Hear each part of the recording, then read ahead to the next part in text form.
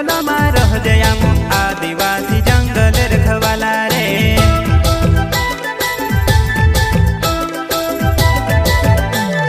चल जंगल जमीन काज पूजे रे आदिवासी दुनिया ने रखवाला रे। बाप देव खतरी काज पूजे रे आदिवासी सबसे निराला रे।